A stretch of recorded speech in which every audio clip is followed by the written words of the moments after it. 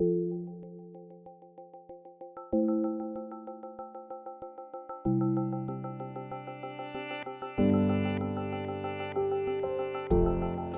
name is Kris Foster. I'm the Wildlife Management Coordinator for Bechtel in the oil, gas and chemical side of Bechtel on the APLNG project on Curtis Island.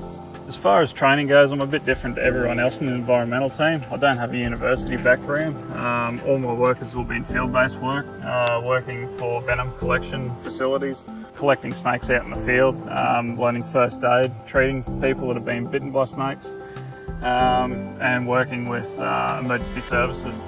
So I've got a bit of a broad background.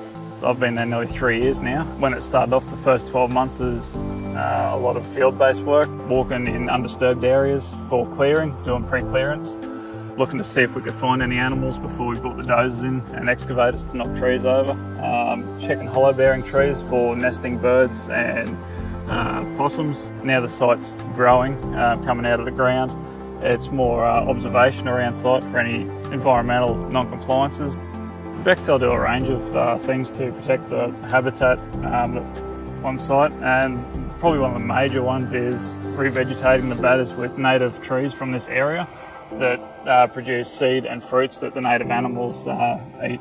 The most rewarding part of my job would be taking animals into my care that have been found either injured or sick on site and rehabilitating them so that they can be re-released again, and then watching them go and do their thing. There are quite a few endangered species or vulnerable species on our project.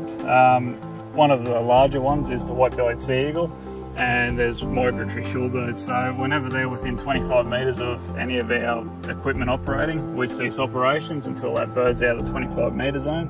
Probably one of the most unusual encounters I've had was a Brahminy kite. It's a large bird of prey on the APLNG site. It'd been stuck on the mudflat and was dehydrated. So I took him into my care, looked after him for a week, gave him, they're a fish eater, so I gave him plenty of fish and high energy, high sugar drinks, lots of energy so he could get his strength back. A week later he was re-released back on that site and we got to watch him fly away. That was good.